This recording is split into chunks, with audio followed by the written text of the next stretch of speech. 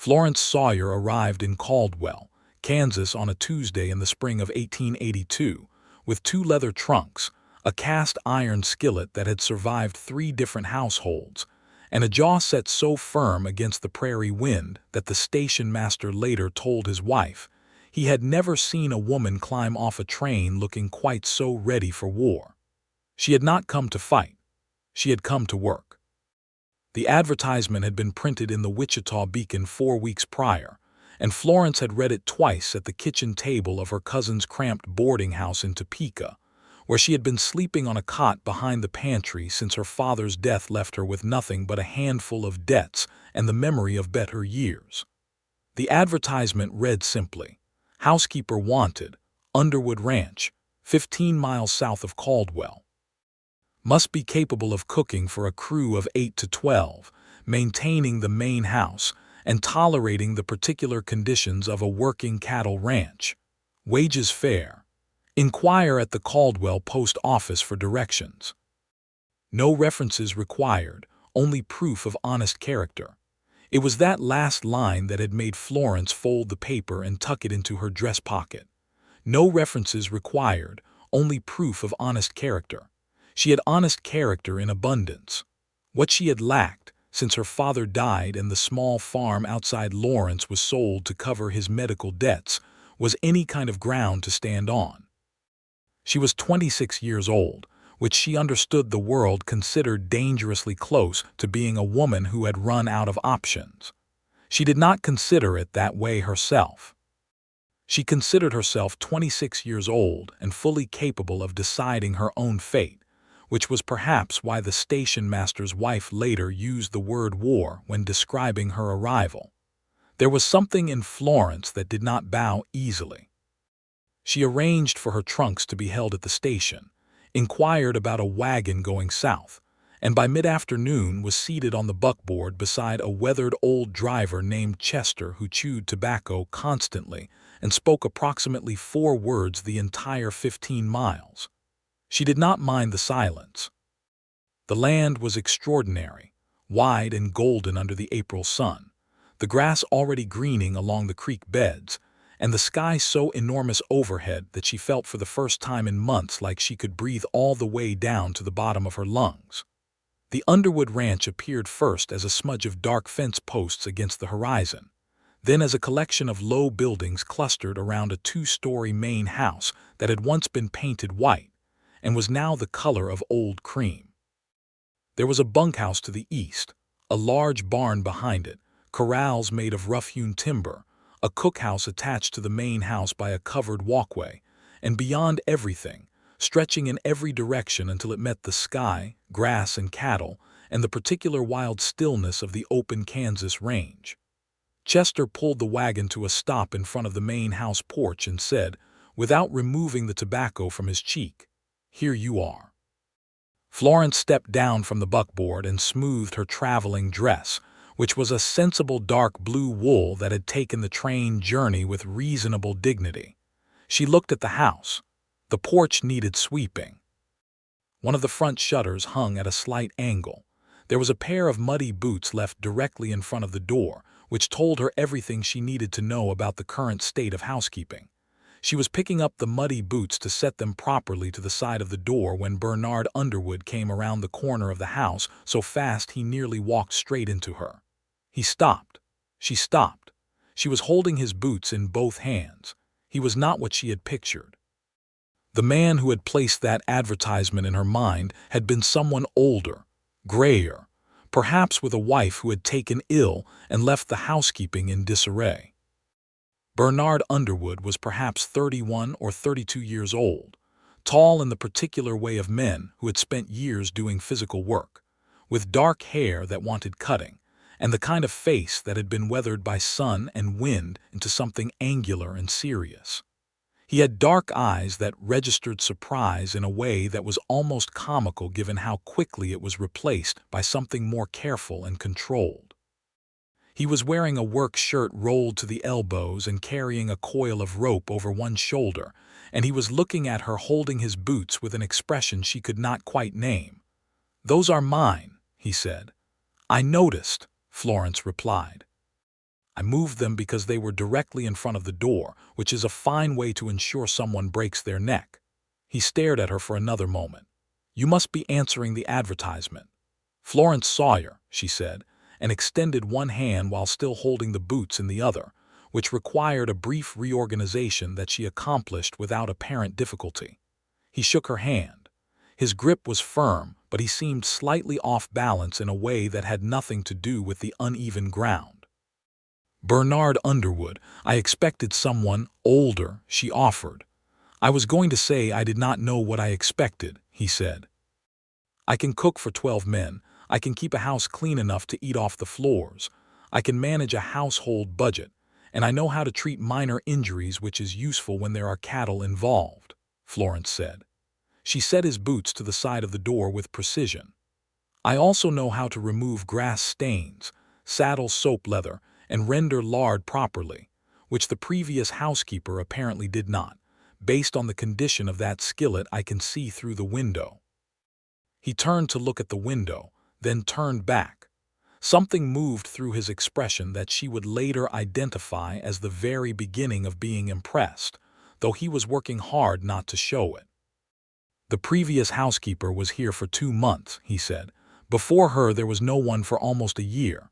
"That explains the shutter," Florence said. He looked at the shutter. He looked back at her. "I'll fix the shutter." "I'll sweep the porch," she said. "Shall we discuss wages, or would you like to show me the house first?" He showed her the house first. It was a good house underneath the neglect, which was what Florence had suspected from the moment she stepped through the door. The bones were solid, the rooms sensibly arranged, the kitchen large enough to work in without frustration.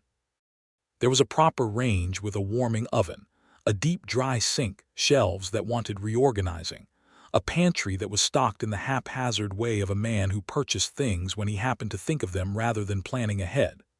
The main room had a stone fireplace and heavy furniture that spoke of someone having put real care into this place at some point in the past. A woman's touch, Florence recognized, though the woman was clearly long gone. "Your wife?" she asked, pausing beside a small framed picture on the mantel that showed a much younger Bernard beside a dark-haired woman in a pale dress. He paused behind her. "My mother," he said. "She died 4 years ago. The ranch was hers and my father's before it was mine." Florence looked at the picture a moment longer. The woman in it had a certain brightness to her, a quality that made the old photograph seem almost warm. "She looks like she ran things," Florence said, meaning it as a compliment. "She did," Bernard said quietly. Florence turned from the mantel. "I will need the full pantry list, the names of all the men currently on the crew, and to know when meals are expected. I will need Mondays to do the washing, and I will need a day once a week to go into Caldwell for supplies, assuming there is a wagon available." "I can take you into Caldwell on Saturdays," he said. "That will do fine," she said. "Now, wages." They settled on $12 a month, which was fair for Kansas in 1882 and fair for what she was being asked to do, and she was given the small bedroom off the kitchen that previous housekeepers had used. It had a window that faced east and caught the morning light, a narrow iron bed with a decent mattress, a washstand, and a small braided rug on the floor that had seen better days but still had some life left in it. Florence set her cast iron skillet on the kitchen shelf and felt, for the first time since her father's death, something that was close enough to settled that she decided to call it that. She fed 8 ranch hands and Bernard Underwood a supper of salt pork and fried potatoes and cornbread that first evening, because that was what the pantry had to offer on short notice, and she did it without ceremony or complaint. The men ate with the focused appreciation of people who had been eating their own rough cooking for a long time. A young cowhand named Tommy Briggs, who could not have been more than 19, asked if there was going to be pie. "Not tonight," Florence said. "But I need you to bring me 2 buckets of water from the well before you go to the bunkhouse, so tomorrow morning there will be."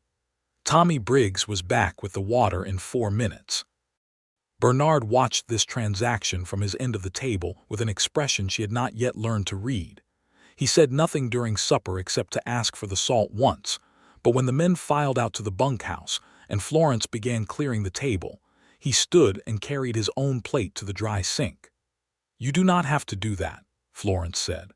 "My mother always said a man who cannot carry his own plate is a man who has been allowed to be helpless," Bernard said. Florence looked at him for a moment. "Your mother sounds like she was a woman of good sense." "The best sense I ever knew," he said. And the way he said it, plain and without performance, made Florence understand something about him that she kept quietly to herself. She was up before dawn the next morning, had the stove going and biscuits in the oven before the rooster in the yard made a sound, and by the time the crew came in for breakfast, there were biscuits with sausage gravy, fried eggs, and coffee strong enough to stand a spoon in. Tommy Briggs looked at the spread like a man who had found religion. Several of the older hands, men with names like Earl and Dub, and a quiet Mexican cowhand named Refugio who nodded his appreciation with great dignity, ate 2 full plates each. Bernard came in from the barn where he had already been working for an hour, sat at the head of the table, poured his own coffee, and looked at the breakfast. Then he looked at Florence, who was refilling the biscuit basket from the oven. "This is considerably better than what we have been eating," he said. "I expect so," she said, not unkindly. The corner of his mouth moved.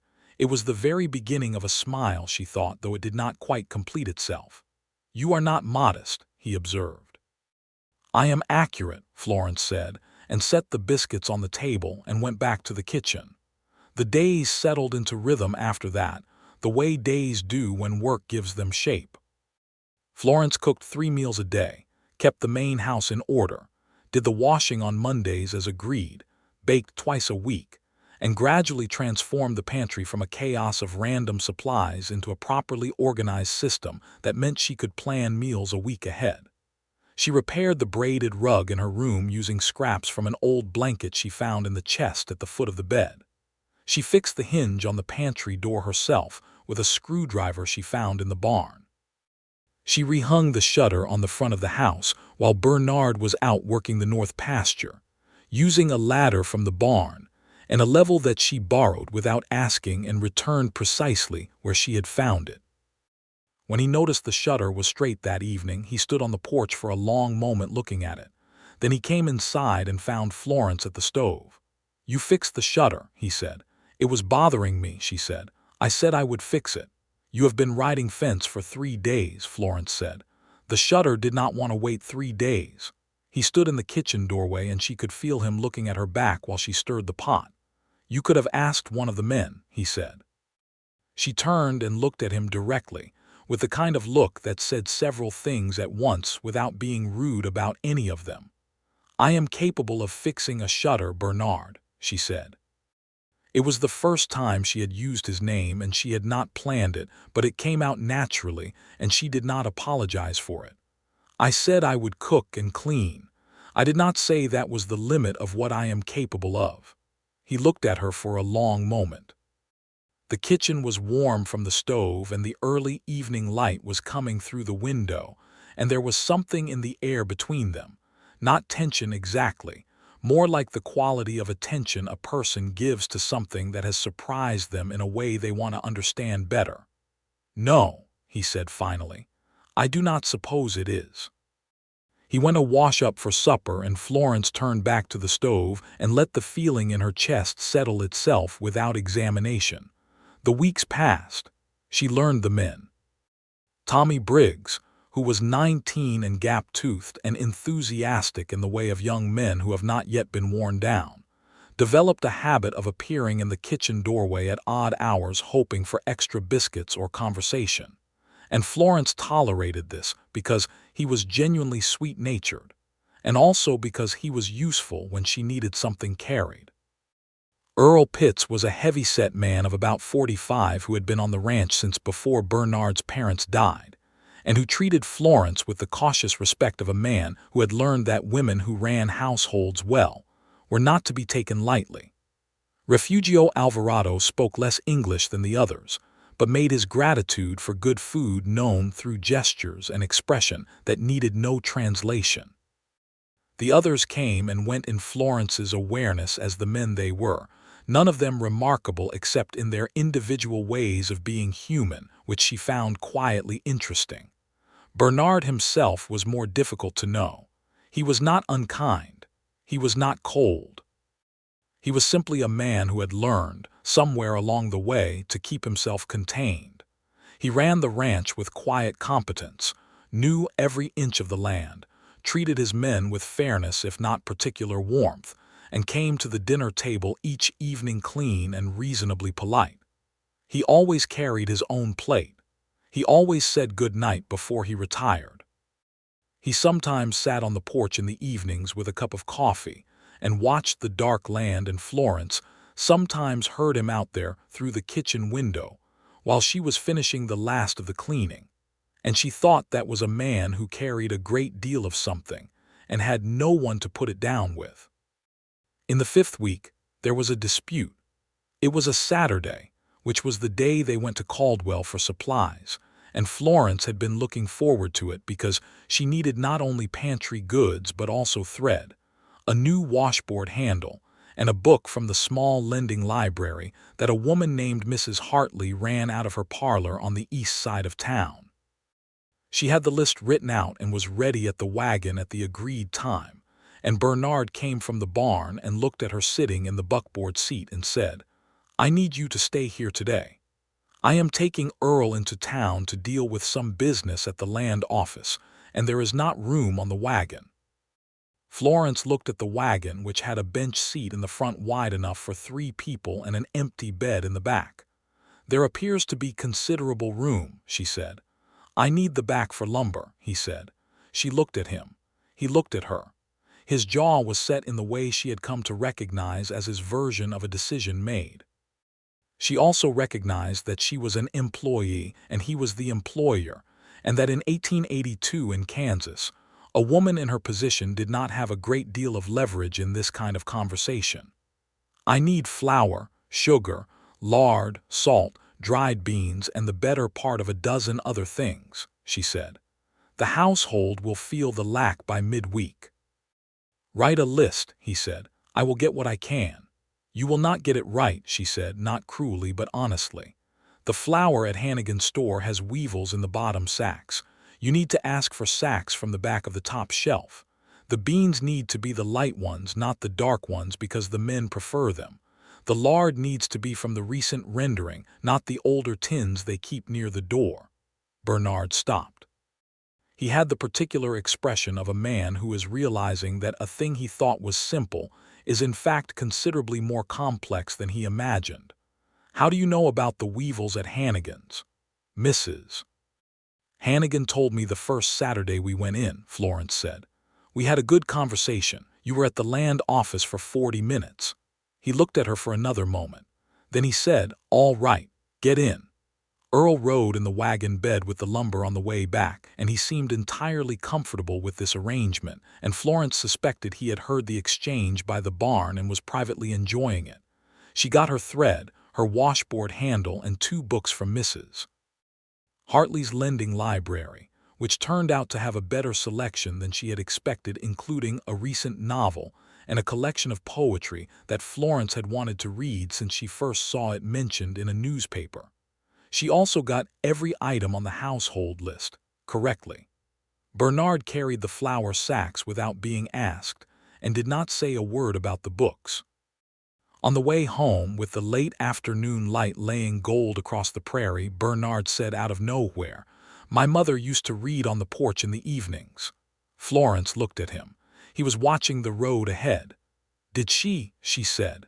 "She said it was the only time the day belonged to her," he said. Florence considered this. "She was right," she said.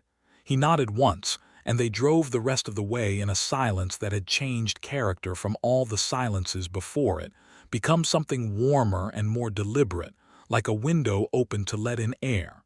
She read on the porch that evening. She was not sure if it was because she had wanted to or because something in that conversation had invited it, but she sat in the old rocking chair with her novel as the sun went down, and the stars came in over the flat Kansas dark. And after a while, Bernard came out with 2 cups of coffee, and set one beside her without saying anything and sat in the other chair with his own cup. They did not talk much. She read. He watched the dark land. The coffee was good. It felt like something they had always done, which was strange and not strange at the same time. It was Refugio who first said something, though he said it in Spanish and only Tommy Briggs heard it, and Tommy's Spanish was poor enough that he only caught part of it. He told Earl later that he thought Refugio had said something about the boss and the cook and eyes, but he could not be sure. Earl told him to mind his business and eat his supper. The trouble came in the 7th week, and it was not trouble that originated on the Underwood Ranch. It came in the form of a man named Wesley Croft, who owned a neighboring property to the east, and who had been attempting to buy a strip of Bernard's land along the creek for the better part of a year. Florence knew none of this history when Wesley Croft rode up to the house one afternoon while Bernard was out with the crew, and dismounted with the particular confidence of a man who expected to be accommodated. He was perhaps 45, broad-shouldered, with an expensive hat and the manner of someone accustomed to getting his way. He knocked on the door and Florence answered it. "I'm looking for Underwood," Croft said. "He's out working," Florence said. "I expect him back for supper." "You're welcome to wait, or I can tell him you called." Croft looked at her with an appraising look that Florence recognized and did not care for. "You the new housekeeper?" he said. "I am," she said. "Heard he got a woman in," Croft said in a way that managed to make a simple piece of information sound like a judgment. "You from around here?" "No," Florence said. "Where from then?" Florence looked at him with perfect pleasantness. "I don't believe that's your business," she said. Croft blinked. He was not a man who was told things were not his business, particularly not by housekeepers. "I beg your pardon. You are welcome to wait for Mr. Underwood on the porch," Florence said. "There is a chair to your left. I will bring you water if you like, but I don't give out personal information to men I don't know, and I don't suppose I need to." She held his gaze without expression until he looked away first, which he did after a moment, his jaw tightening. He did not sit in the chair. He walked back to his horse, mounted, and rode off without another word. She told Bernard that evening after supper. The crew had gone to the bunkhouse. Bernard was pouring his after-supper coffee at the stove, which he had begun doing more frequently in the evenings. She noticed, though she had not said anything about it. "Wesley Croft came by this afternoon," she said, clearing the last of the dishes. Bernard turned. "What did he want?" "You," Florence said. "He didn't say about what. He left when I told him I wasn't in the habit of sharing personal information with strangers." She set a stack of plates in the dry sink. "He has a manner I don't care for." Bernard looked at her for a long moment. "What kind of manner?" "The kind that looks at a woman in a house and sees something that belongs to the house," Florence said, matter-of-factly, without heat. Bernard set his coffee cup down. Something in his face had gone very still in a way she had not seen before, a stillness that was different from his usual contained quietness, more deliberate, like a held breath. "He will not do that again," Bernard said. "I am perfectly capable of handling Wesley Croft," Florence said. "I don't doubt it," Bernard said, and she could hear something in his voice that surprised her, a roughness that was not quite anger but was adjacent to it. "But he and I have business to finish anyway." She looked at him, he looked at her. The kitchen was quiet around them. "Florence," he said, and then stopped.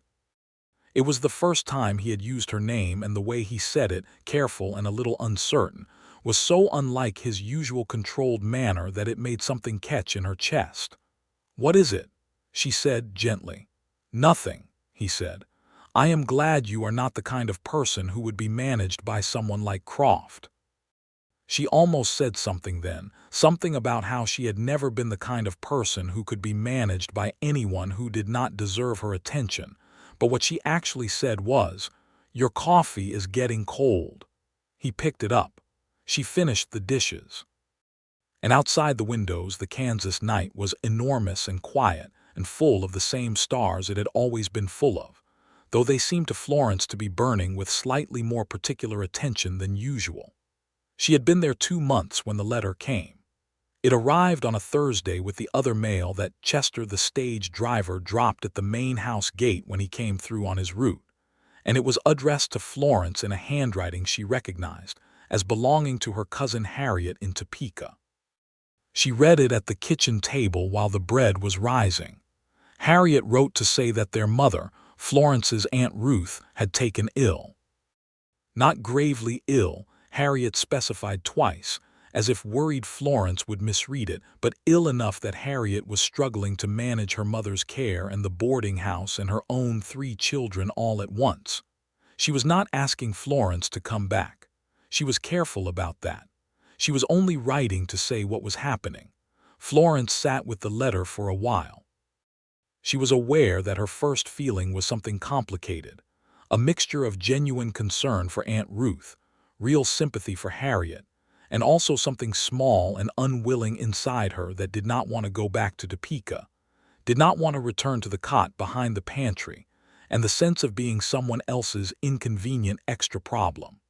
She examined this feeling without shame, because she had learned from her father that the first step to honesty was being honest with yourself. She told Bernard at supper. She told him simply, without drama, the facts of it. He listened without interrupting, which was one of the things she had come to appreciate about him. When she finished, he said, "Do you need to go?" "Not immediately," Florence said. "Harriet is managing, but I wanted you to know in case I need to take a few days." "Whenever you need," he said. "The ranch will manage." She looked at him. The crew was still at the table, but they were absorbed in their own conversations. "You would not be able to eat," she said, meaning it lightly. "Earl makes a passable stew," Bernard said, equally light, but his eyes were on her in that careful way he had, the way she had begun to feel like a kind of warmth on her face. "Passable is a very generous description of Earl's stew," Tommy Briggs said from down the table, and the men laughed, and the moment dissolved into the ordinary noise of supper, but Florence carried the warmth of it through the evening like a coal in her pocket. She did not have to go to Topeka. Harriet wrote again 3 weeks later to say Aunt Ruth had recovered well and the crisis had passed. Florence wrote back a long letter full of practical advice about willow bark tea and the importance of clear broth, and enclosed $2 from her wages, which she could spare now that she was spending almost nothing, and felt the whole complicated tangle of family obligation and personal freedom pull and release in the way it always did with people you loved and could not entirely manage. The summer came on hard in Kansas, the way it always does, the heat arriving like a physical force and settling in to stay. The work of the ranch shifted with the season.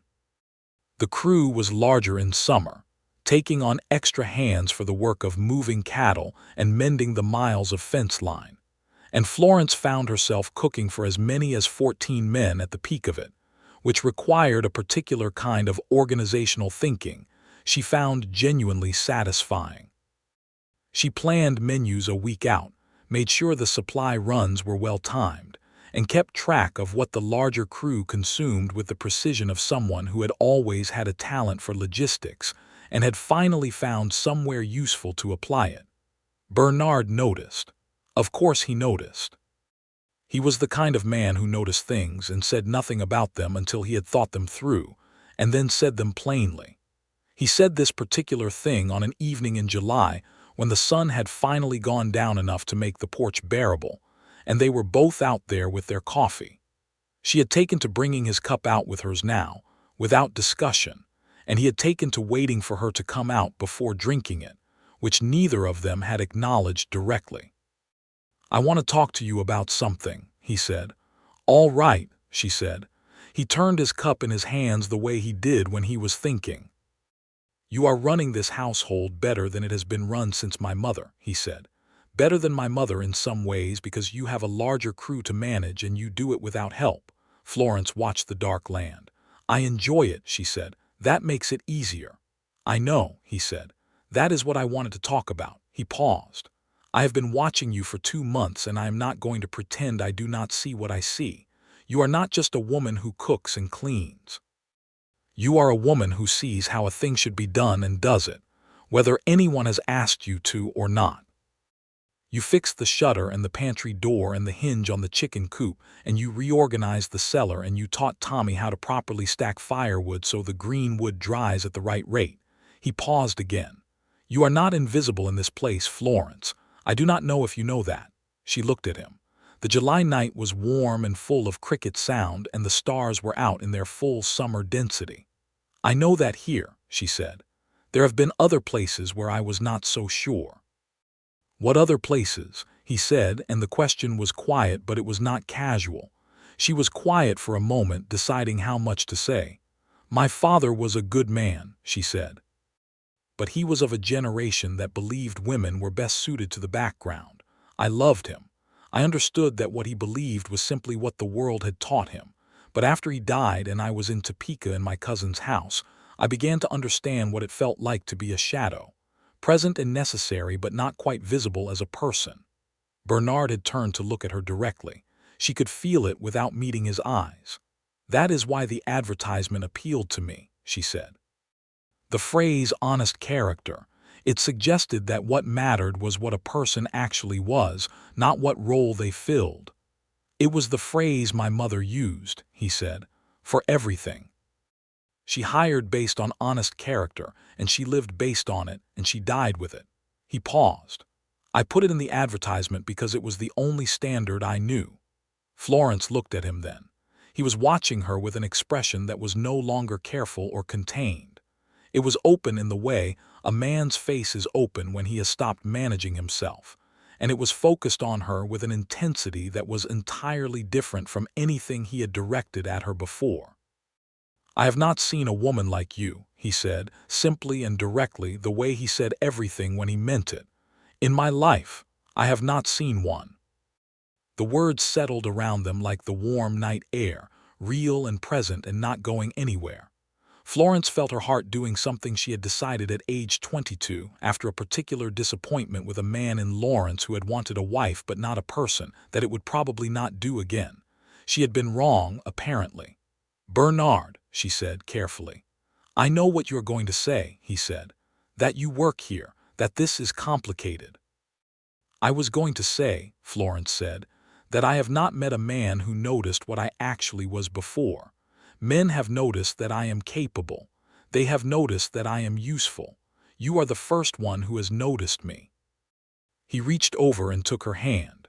It was a simple gesture, nothing theatrical about it, just the honest reaching of one hand for another in the warm dark of a Kansas July, and Florence let her hand turn in his and hold back, and they sat like that for a long while without speaking, with the crickets and the stars and the wide open land all around them. They did not rush into anything. That was perhaps the thing she appreciated most about what happened between them over the next weeks and months, the way it moved at the pace of people who meant it, not the pace of people who were lonely and in a hurry. He asked her properly if he might court her, which she appreciated, and she said yes, which she had known she was going to say since approximately the evening in the kitchen when he said the word Florence for the first time. He brought her wildflowers from the creek bank one Saturday morning, a loose bunch of the kind that grew along the water in July, and set them on the kitchen windowsill without ceremony. She put them in an old blue bottle she had found in the cellar and said thank you, and the look he gave her was warm enough to replace the June sun entirely. He told her about his parents in the evenings on the porch. His father, who had come out from Ohio with nothing and built the ranch with his own hands over 30 years. His mother, who had met his father on a wagon heading west and decided somewhere in Nebraska that she was going to marry him whether he knew it yet or not. She sounds like someone I would have liked, Florence said, and Bernard said, she would have loved you, with a simplicity and certainty that made Florence have to look at the stars for a moment to recover herself. She told him about her father, the farm outside Lawrence, the years of watching a good man diminish with illness while she ran the household and pretended everything was manageable. She told him about the debts, the sale of the farm, the months in Topeka. She told it plainly without asking for sympathy, which was the only way she knew to tell things, and he listened in the way he always listened, with his full attention and without interruption, and when she finished he said, "You have held a great deal alone." "I have," she said. "You do not have to do that anymore," he said. She looked at him. He was not saying it as a promise made lightly. He was saying it the way a man says a thing he has decided and intends to mean for the rest of his life. She leaned forward and kissed him. It was brief and certain, the kind of kiss that asks and answers at the same time, and when she pulled back he was looking at her with that undone expression he sometimes had, the one that made him look younger and entirely real. "I had not gotten there yet in my own thinking," he said, which made her laugh, which made him smile, which was the fullest smile she had ever seen on his face, and she decided immediately that making him smile like that was something she intended to do regularly for as long as she possibly could. The trouble with Wesley Croft came to a head in August. It had been building, Florence understood in retrospect, for longer than she had been there. The strip of land along the creek that Croft wanted was not just inconvenient for Bernard to give up. It was essential, because the creek was the primary water source for the southern pastures. Without access to it, moving cattle through that part of the ranch in summer became significantly more difficult. Croft had been pressuring Bernard to sell for 2 years, first with offers, then with increasingly unreasonable claims about a disputed property line from a survey done in 1874. Bernard had the original survey documents locked in the desk in the main room, which Florence had noticed within her first week, because she had needed to clean the desk and asked what should not be moved. When Croft came back in August, it was with a county assessor named Dobbins whom he had apparently convinced to re-examine the boundary. Bernard met them in front of the house, and Florence, who had been in the kitchen with the window open, heard enough of the exchange to understand what was happening. She also understood, with a very clear clarity, that she had something relevant to contribute. She came out onto the porch with the original survey documents. Bernard turned to look at her. The assessor turned to look at her. Croft turned to look at her with an expression that recalled his last visit and had not improved. "Mr. Dobbins," Florence said directly to the assessor, setting sentiment aside in favor of efficiency, "I believe these are the original survey documents from the 1874 county survey of this property. The marker stones described on page 3 correspond to the placement of the creek in relation to the eastern boundary. I have walked that boundary myself, and the stones are precisely where the original survey places them." She handed the documents to the assessor. "You are welcome to verify them against whatever Mr. Croft has presented to you." The assessor looked at the documents. He was a small, careful man who clearly wanted nothing to do with any of this and was now holding the means to be done with it relatively quickly. He looked at the survey. He looked at Croft's documents. He looked at the survey again. "These are consistent," he said. "The boundary is where Mr. Underwood claims it to be." Croft's face had gone through several colors during this exchange. He looked at Florence with a gaze that was meant to be withering, and she met it with the same pleasant steadiness she had used the first time he came to the house, because she had found that pleasantness in the face of unpleasantness was far more effective than matching the other person's heat. "Mr. Croft," she said, "I believe Mr. Dobbins has what he needs." Croft rode out without another word. Dobbins thanked them both, seemed genuinely relieved, and followed. Bernard stood on the porch for a moment after they were gone. Then he turned to Florence. "Those documents were locked in the desk," he said. "I know where you keep the key," she said. "You leave it in your left boot when you are working in the barn." She paused. "I apologize for going into the desk. I thought it might be useful." He looked at her for a long moment. His expression was the one she loved most on him, the one that was complicated and warm and faintly undone. "I have not seen a woman like you in my life," he said, and it was almost the same thing he had said on the porch in July, but different now, fuller, with more weight behind it, the weight of accumulated knowing. "I mean that, Florence, I have genuinely not." She felt the warmth of it settle all the way down to her shoes. "I know," she said. "I can tell you mean it." He crossed the porch in 2 steps and kissed her properly this time, with both hands framing her face, and the late August sun laying gold across the boards and the smell of cut grass from the south pasture, and nothing about it being inconvenient or complicated at all. Tommy Briggs rode into the yard 15 seconds later and pulled his horse to a sharp stop at the fence, stared, and then very deliberately turned his horse around and rode back out the way he had come. They could hear him whooping once he was past the barn, and then Earl's voice telling him to settle down, and then nothing but the wind and the ordinary sounds of the ranch. They told the crew that evening at supper. Or rather, Bernard said at supper, without particular preamble, "Florence and I are going to be married." He said it the way he said everything, plainly and with full commitment to the statement, and looked around the table to see if anyone had objections. The reaction was a combination of surprise from the newer hands, not surprise from the men who had been there longer, and from Tommy Briggs, an expression of such comprehensive delight that Florence had to look at her plate briefly to manage her own smile. Refugio said something in Spanish that was clearly congratulatory and included the word corazon, which Florence understood, and she nodded to him with genuine warmth. Earl, who was not a demonstrative man, said, "About time," which was the highest praise he was capable of, and everyone at the table understood this perfectly.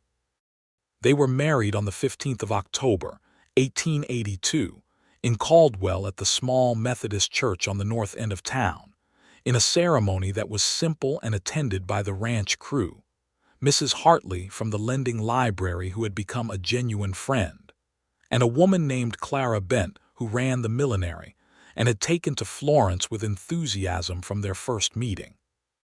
Chester, the stage driver, came and sat in the back and wept silently into his tobacco-stained handkerchief, which surprised everyone including Chester.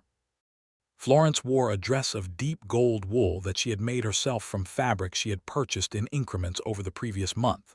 Not white because she was 26 years old and a practical woman, but gold because it was the color of the Kansas grass in October, and she had decided that was the color she wanted to be married in.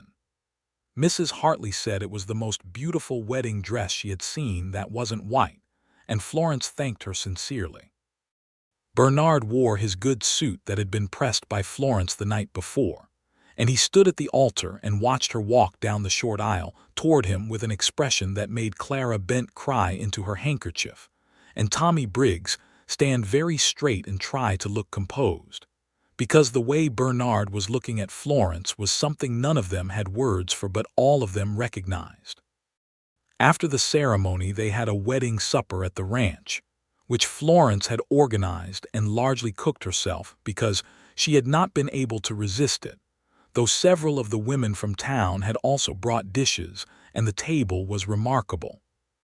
There was music from 2 of the ranch hands who played fiddle and guitar, and dancing in the yard under the October stars, and Bernard danced with Florence in the way of a man who has not danced in a long time, but does not care about that at all, just about the woman in his arms, and Florence danced with the kind of unself-conscious joy that comes from being entirely where you belong. They moved her things into the main bedroom that she had been keeping clean for 2 months without occupying, and Bernard helped carry her second trunk without being asked, and when she set her cast iron skillet on the kitchen shelf in the morning, it was not the skillet of a housekeeper anymore.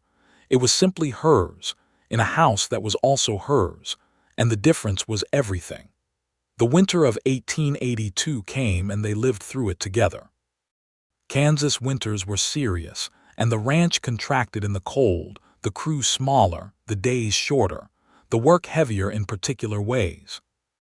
Florence learned to keep the main house warm with a careful rotation of the fireplaces and the stove, to manage the extra provisions that cold weather required, to bank the fires at night in the way that kept coals alive until morning. She learned to make the hearty soups and stews that working men needed in deep cold, to bake the dense bread that lasted well, to render down everything useful from the fall slaughter so that nothing was wasted. Bernard worked from before light to after dark most days in winter, and she had his supper hot when he came in, and his coffee ready, and she did not perform these acts of care as obligations but as the genuine expression of the feeling behind them, which was that she loved him, and feeding and warming a person you loved was one of the truest things you could do with your hands. He knew it. That was the thing. He knew the difference between care as performance and care as love, because his mother had taught him what real care looked like, and he received what Florence gave him with the open honesty of someone who was not taking it for granted. On winter evenings, they read together by the fire. She had her books from Mrs. Hartley's lending library, which she returned and replenished on the monthly trips to Caldwell, and Bernard had his own collection of books on cattle management and land survey, and a surprising number of histories that he had read and reread. They did not always read the same book, but they read in the same firelit room, and sometimes one of them would read aloud a passage that seemed worth sharing, and sometimes they talked about the passage, and sometimes they simply listened and returned to their own reading. She told him things she had not told anyone. He told her things she understood he had not said aloud before. It was that kind of marriage, built on the particular intimacy of people who had both been alone long enough to know what loneliness cost and what its absence was worth. She was with child by February, which she told him on a cold evening when the fire was high, and the snow was pressing against the kitchen window in the particular way of Kansas snow that seems to want to get inside. She told him plainly, as she told everything, sitting across the kitchen table from him with her hands around her coffee cup. He looked at her for a moment that seemed to her to last a long time and to contain a great many things. Then he got up from his chair and came around the table and took both her hands in his and held them and did not say anything for another moment. "Are you all right?" he said. "Very much so," she said. He pressed his forehead to hers and she felt him exhale slowly, the breath of a man releasing something he had been holding very carefully. "Good," he said. "Good." She wrote to Harriet in Topeka and to Aunt Ruth, who had fully recovered and was back to managing her boarding house with an iron hand. The letters she received back were warm and delighted, and full of the particular female excitement that surrounded babies in families, which Florence found somewhat overwhelming but genuinely touching. The spring of 1883 was extraordinary. The land came back to green with its usual drama. The cattle moved out to the greening pastures. The new hands came on for the season, and Florence, who was visibly pregnant through April and May, continued to run the household without alteration in her standards or her willingness to climb a ladder when something needed attention at height. Bernard expressed concern about the ladder specifically, and she told him the ladder was fine, and she was not made of glass, and he said he knew that better than anyone, and they reached a compromise in which she agreed not to climb the barn roof, which she had not been planning to do anyway, but did not consider herself bound by regarding the porch roof or the kitchen outbuilding. She had Earl for the kitchen and a girl from a farm family 2 miles south named Patience, who was 17 and learning the work, to help with the heavier washing through the summer, not because Florence could not manage it, but because Bernard had asked her to accept some help, and she had decided this was a reasonable request from a man who was not trying to limit her, but simply loved her, and was afraid of things he could not control. Harriet came to visit in June, traveling down from Topeka for 2 weeks, and the two women reestablished the friendship that had been strained by Florence's departure, filling the evenings on the porch with the kind of conversation that covers years of accumulated experience. Harriet said frankly on the 3rd evening, in the way of someone who has decided to say the honest thing, that she had been worried when Florence answered the advertisement, had thought it was desperation. "Was it?" Florence said. Harriet looked at the house, the ranch, the summer land, Bernard who was crossing the yard from the barn, and said, "I suppose it was good desperation then." Florence watched Bernard cross the yard and called to him that supper was almost ready, and he raised a hand in acknowledgement and changed his direction toward the pump to wash up, and Harriet saw the whole exchange and said nothing more on the subject of desperation.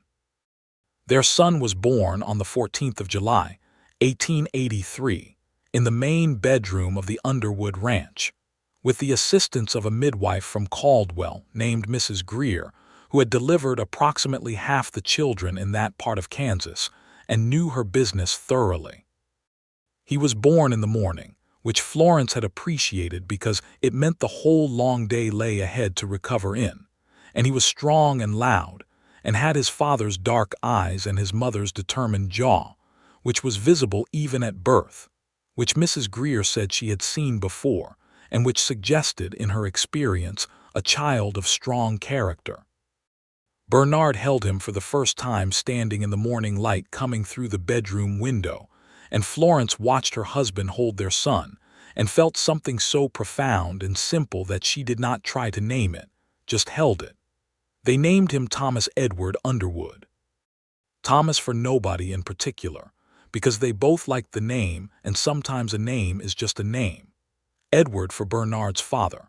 Tommy Briggs was so honored to share a name with the baby that he walked around for 3 days looking stunned, and then redoubled his already considerable efforts to be useful around the ranch. And Earl told him he was going to tire himself out, and Tommy said he did not care. Thomas grew in the way of healthy babies on a ranch in Kansas, loud and curious, and increasingly mobile in ways that required attention.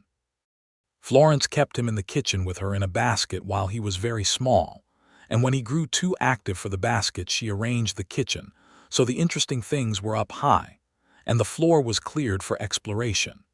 She did not slow her work for Thomas, she incorporated him into it, and he grew up understanding that the kitchen was a place of activity and warmth, and that his mother moved through it with a capability and ease that was simply how the world worked.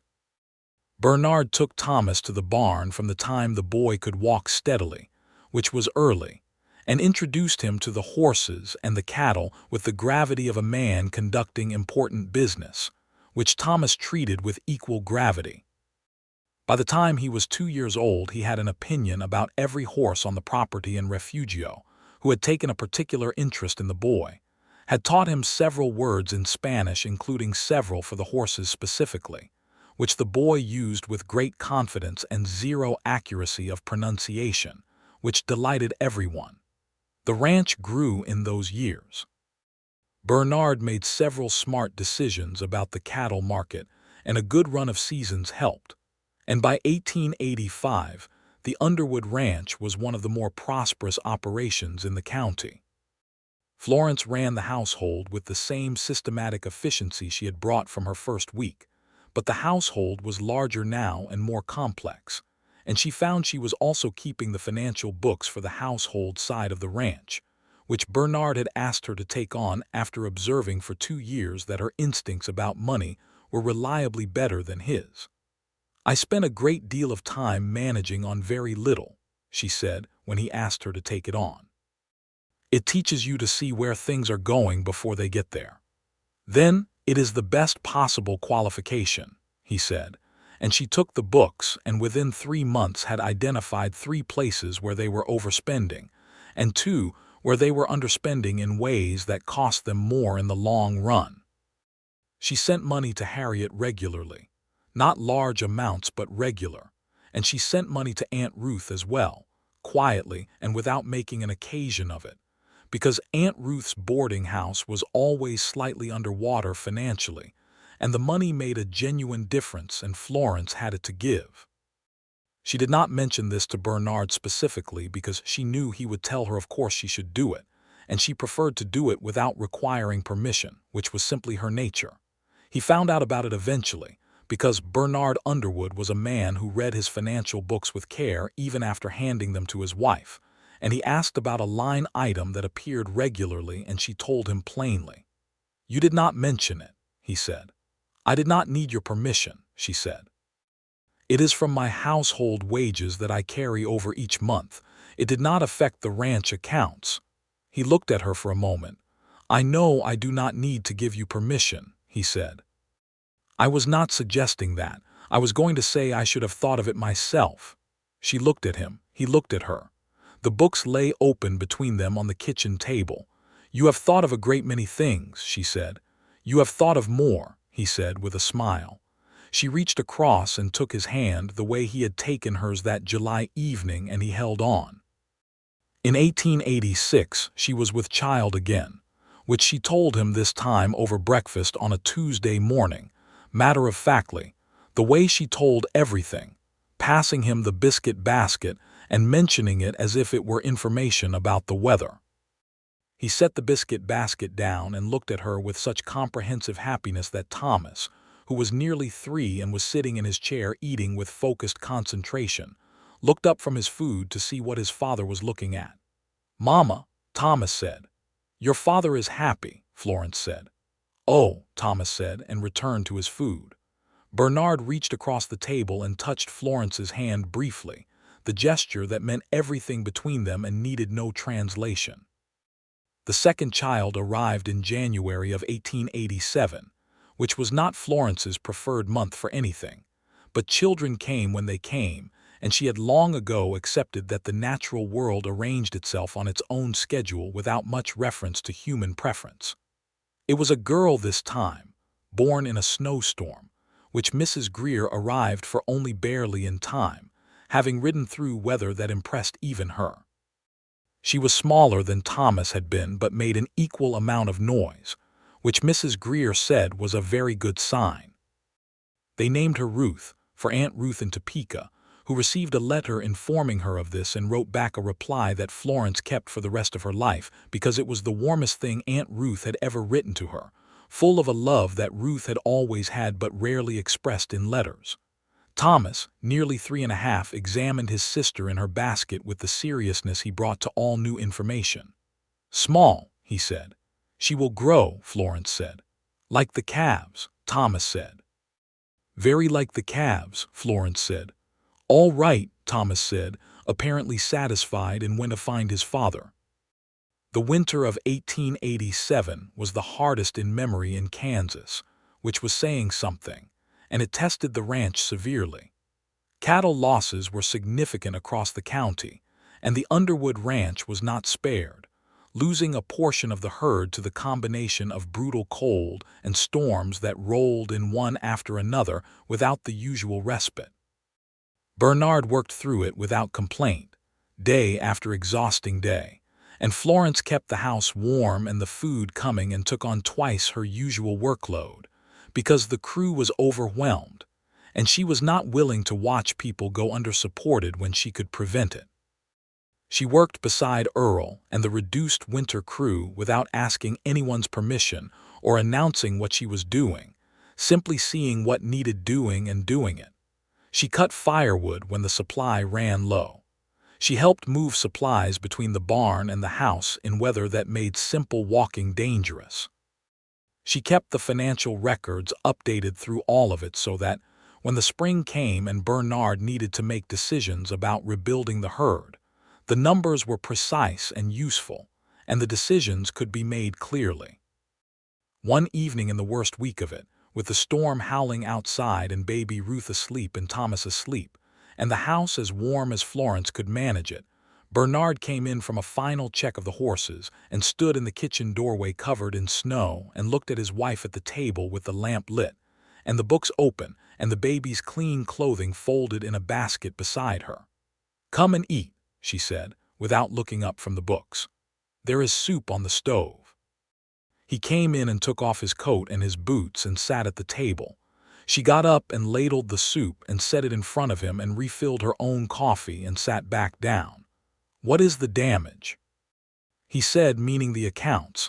"Better than I thought last week," she said.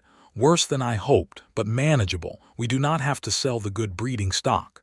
He looked at the soup and then at her. "What would I do without you?" he said.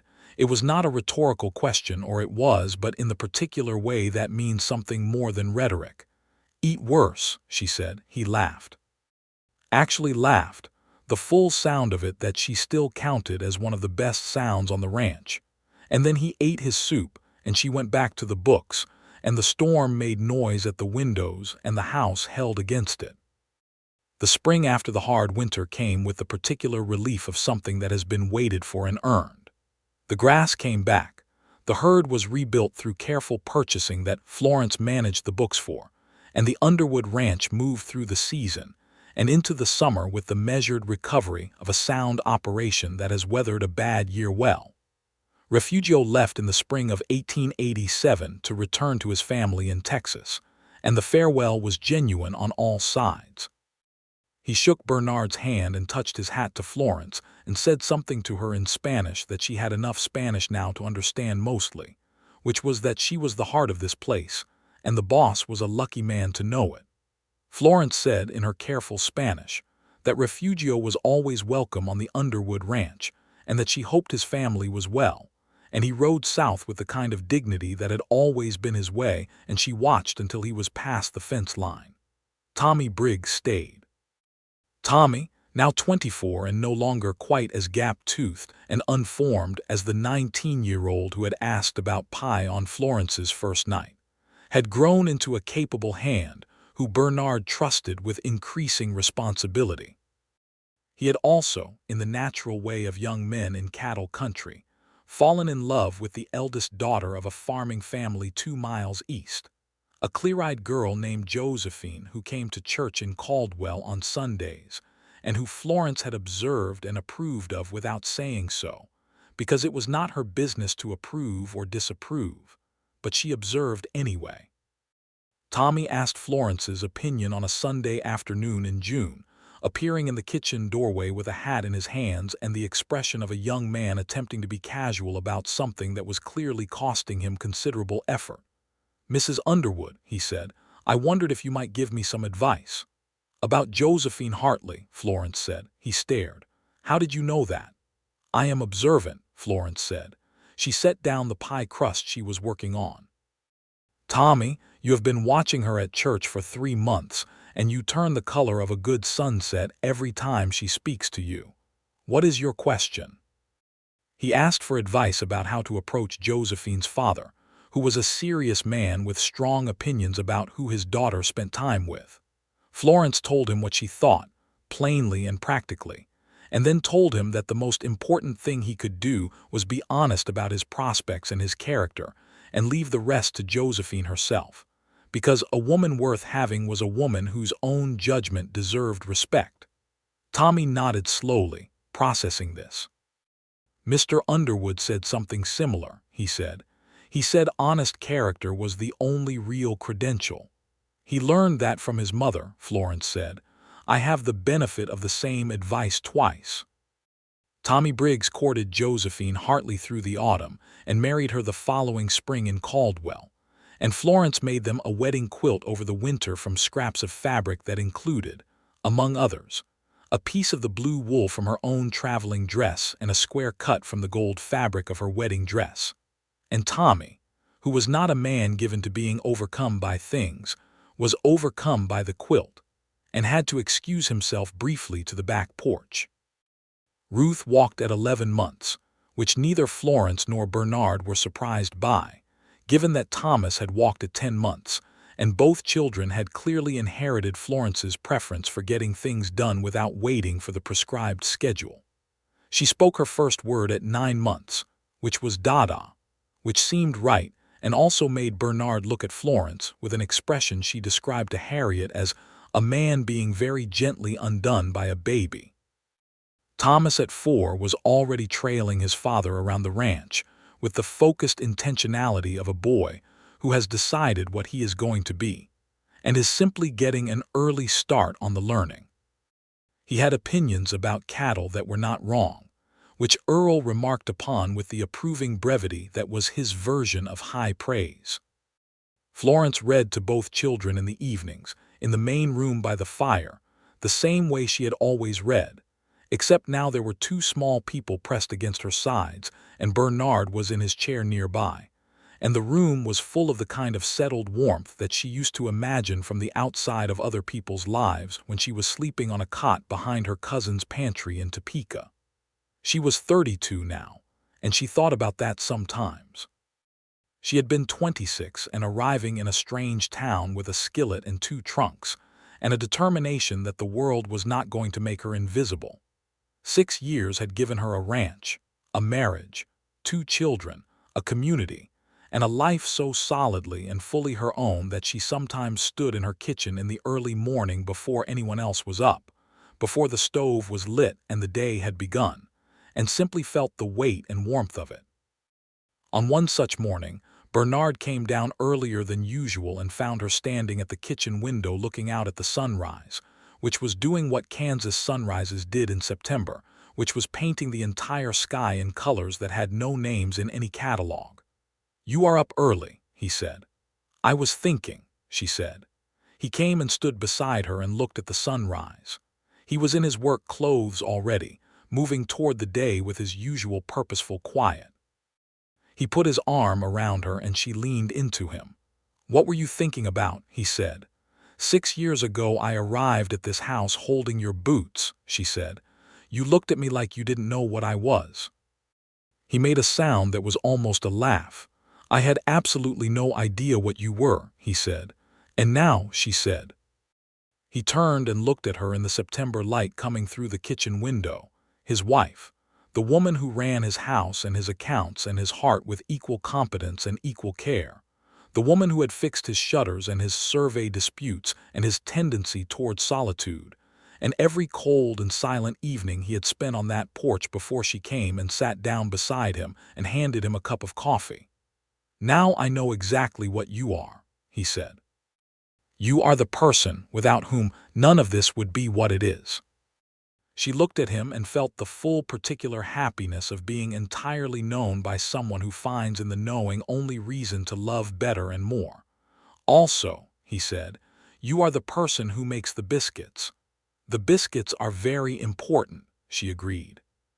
He kissed her in the September morning light in the kitchen of the house that was hers as fully as it was his. And outside the window the sun came all the way up over the flat Kansas horizon, and the ranch came to life around them. The horses moving in the corral and the cattle grazing in the south pasture, and the smoke beginning to rise from the bunkhouse where the men were starting their own day. And Thomas's voice came drifting down the stairs at volume, wanting breakfast, and Ruth's answering babble followed. And Bernard pulled back from the kiss, and looked at the ceiling in the direction of the children, and Florence laughed, and turned to the stove.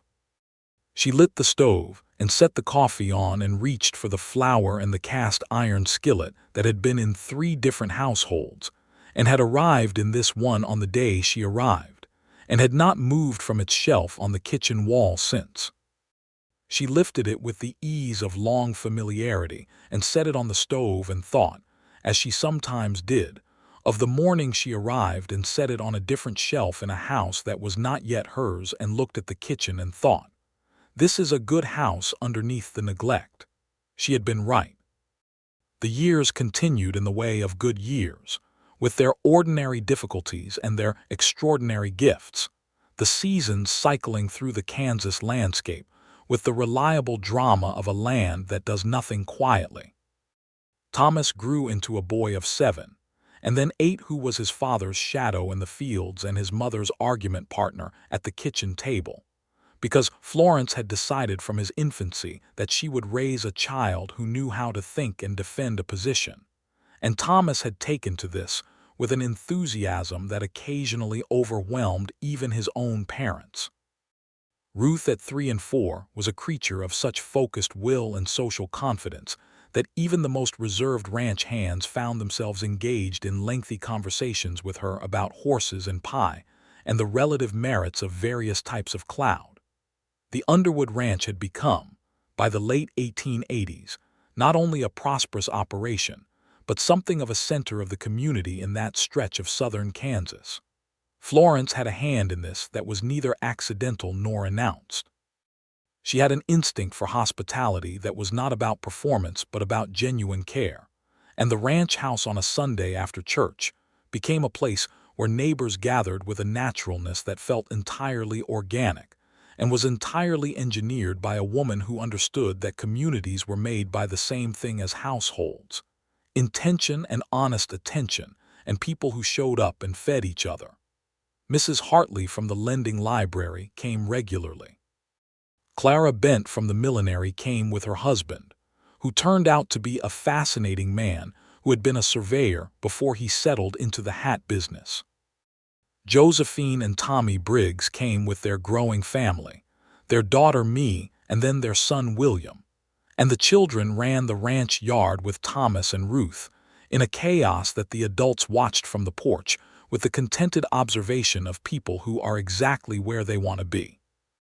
Wesley Croft had sold his operation to a cattle company from Denver in 1885 and moved to Colorado, which everyone in the county noted with the quiet relief of a community that had been subjected to his particular brand of acquisition for too long. The county assessor Dobbins had apparently told the story of the survey dispute to several people before he retired, always including the part about the woman who came out with the documents already found, and Florence was known in Caldwell in the way she preferred to be known, for exactly what she was. She was 34 years old in 1890 when she learned she was with child a third time, which she received with the equanimity she brought to most things, being a woman who had long since accepted that life arranged itself according to its own plans, and her job was to respond to those plans with good sense and full engagement. She told Bernard on a Saturday evening when the children were in bed and they were on the porch with their coffee, which remained the shape of their evenings and always would. She said it simply, and he received it simply, the same comprehensive happiness as both times before, and she thought that there was something extraordinarily fine about a man who wanted children with the same fullness of heart each time it happened. 3 children, he said. The ranch will manage, she said, which was what he had said to her about the ranch when she needed to think about going to Topeka, and he recognized it and smiled. Their third child, a boy named James Franklin Underwood, named for Florence's own father whose name had been James, arrived in the spring of 1891 and was from the first hour of his life the most cheerful person on the ranch, smiling at the age of 2 weeks at things that no one could identify, sleeping reliably, eating with gusto, and greeting everyone who came into view with an enthusiasm that was, Mrs. Greer said at the 6-week visit, entirely unprecedented in her experience of newborns. "This child is genuinely happy to be here," Mrs. Greer said. "He is well placed," Florence said and meant it. Thomas at 9 received his brother with an older child's mixture of curiosity and mild condescension that gradually melted into genuine affection over the first several weeks. Particularly after James laughed at something Thomas did at an early age that earned Thomas's permanent devotion. Ruth at 4 was briefly convinced that the baby was hers specifically, which led to several careful conversations about the nature of family and sharing, and how babies were not quite the same as horses, though in certain ways they required similar attention and patience. Bernard held James in the kitchen one evening while Florence was finishing the supper dishes, standing by the window with the baby against his chest, talking to him quietly about the ranch in the way he had always talked to the children when they were small, as if they were entirely capable of understanding and were simply gathering the information for future use. Florence listened to the low sound of his voice and thought about the advertisement in the Wichita Beacon, and the morning she arrived, and the shutter and the survey documents and the porch and the July night he had taken her hand and all the morning since then in this kitchen, in this house, on this land that she had known, was a good house from the moment she stood in the yard holding his boots. "Bernard," she said. He turned from the window, his son on his chest, his face in the lamp light. "I am glad I came here," she said. He looked at her with that expression she knew the best out of all his expressions, the one that was open and warm and focused entirely on her. "So am I," he said. "Every day since you moved my boots."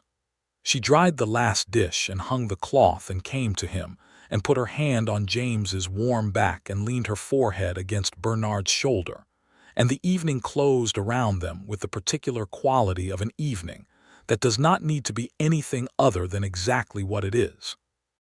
Outside the kitchen window the Kansas land stretched in every direction under the spring sky, dark and wide and alive with the sounds of the season, frogs starting up in the creek bottom, and a night bird somewhere past the south pasture, and the ordinary sounds of the ranch that had become so familiar they were the sound of her own life.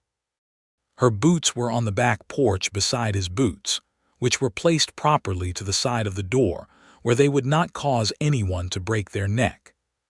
And her skillet was on the kitchen shelf, and her books were on the shelf in the main room, and her children were asleep upstairs. And the man she had built this life beside was standing in the lamplight holding their youngest son, and looking at her like.